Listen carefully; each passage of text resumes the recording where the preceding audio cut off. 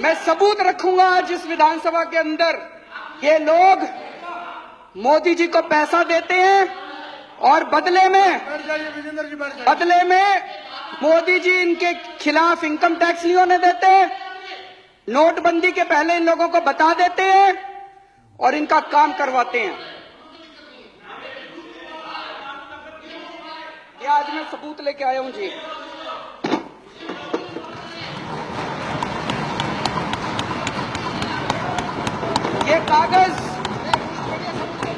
ये कागज मेरे कागज नहीं है जी, ये इनकम टैक्स डिपार्टमेंट के कागज हैं। इनकम टैक्स डिपार्टमेंट ने 15 अक्टूबर 2013 को आदित्य बिड़ला ग्रुप के ऊपर रेड हुई। उस रेड में इनकम टैक्स डिपार्टमेंट में रेड होती है, वो वहां से सारे उनके कागज उठा के लाते हैं। वापस आने के बाद इनकम टैक्स डिपार्टमेंट अपनी एक रिपोर्ट बनाता है उन कागजों के आधार पे, जिसको अप्रेजल रिपोर्ट कहते हैं। ये अप्रेजल रिपोर्ट है इनकम टैक्स डिपार्टमेंट की उस रेड की।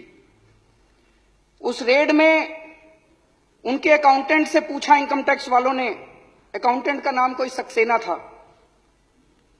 सक्सेना ने कहा जी मैं हवाला का पैसा लेके आता हूं, मेरे बॉस हैं उनका नाम शुभेंदु अमिताभ है, वो जिस जिसको कहते हैं फिर मैं उनको पैसा जाके बांट देता हूं।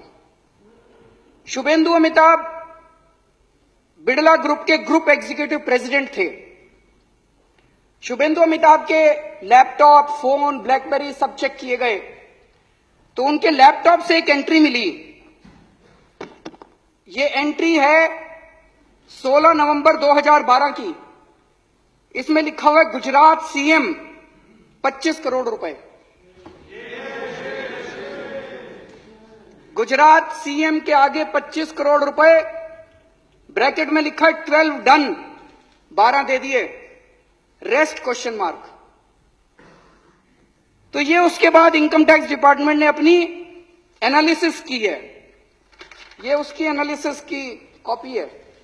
एनालिसिस में इनकम टैक्स डिपार्टमेंट लिखता है, considering the highly incriminating nature of transactions in the data retrieved from the laptop and hard disk of Shubhendu Amitabh and evasive replies and unsubstantiated claims made by him, it would be imperative for the assessing officer to scrutinize the data available in seized documents, including the laptop and hard disk, and determine the quantum of income concealed by Shri Shubhendu.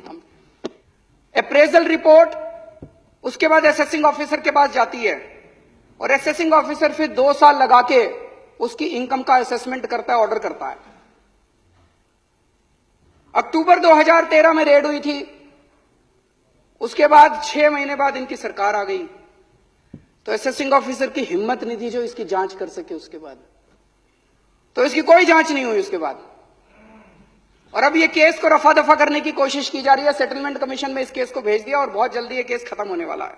इस case को रफा दफा करने की कोशिश की जा रही है। एक और बड़ी मजे की बात है, इसी रिपोर्ट के अंदर बिड़ला ग्रुप के जो पेंडिंग प्रोजेक्ट हैं गुजरात सरकार में, उनकी लिस्ट दी हुई है। इससे शक पैदा होता है कि आप ये पैसे ये काम करवाने के लिए दिए गए थे क्या?